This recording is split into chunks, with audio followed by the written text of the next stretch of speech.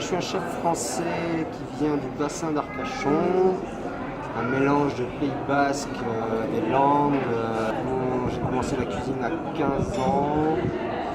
Ça fait maintenant 20 ans que je suis cuisinier et 10 ans de chef. Je suis cuisinier pâtissier diplômé dans les deux. Alors ce qui m'a fait venir au Pérou, c'est ma petite femme qui est prof de français ici. Du coup je l'ai suivie pour une fois. C'est moi qui l'ai suivi. Ratatouille, c'est déjà une aventure humaine, c'est une rencontre. La rencontre, c'est d'abord avec mon associé. Ça fait 20 ans qu'il fait de la restauration. Il a été responsable gestionnaire dans une chaîne.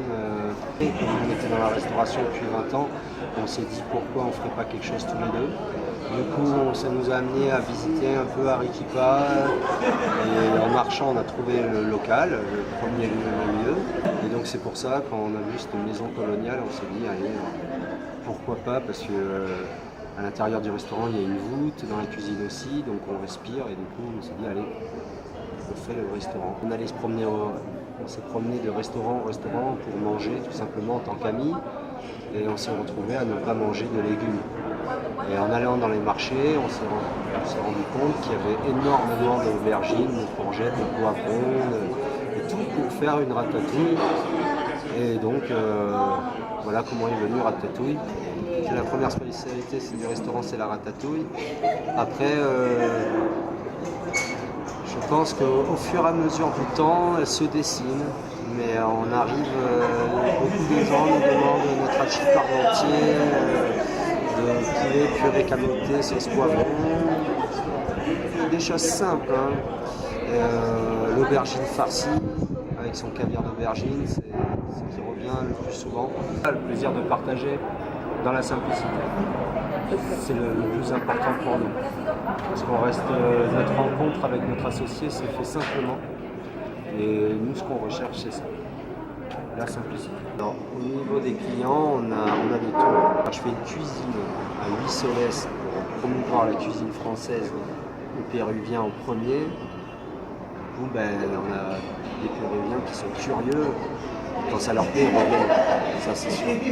Après, le deuxième plan, c'était vraiment de faire un restaurant pour tout le monde. Donc quand on voyage en Amérique du Sud, ou même quand on est en voyage dans le monde, et on a très souvent un petit budget. Et donc pour les voyageurs, c'est important aussi de pouvoir manger bon, équilibré, à petit prix. Voilà.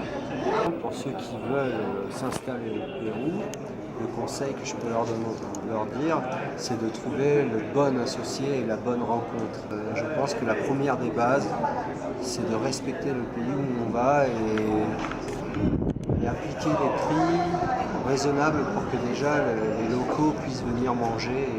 C'est une façon déjà de respecter les gens qui sont autour de nous.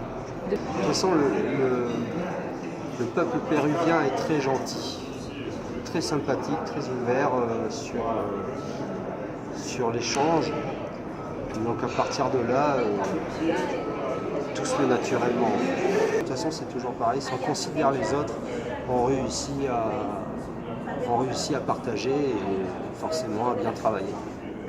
D'ailleurs, pour les autres cuisiniers qui aimeraient venir s'installer, je leur conseille de s'entraîner avec le matériel le plus défectueux possible.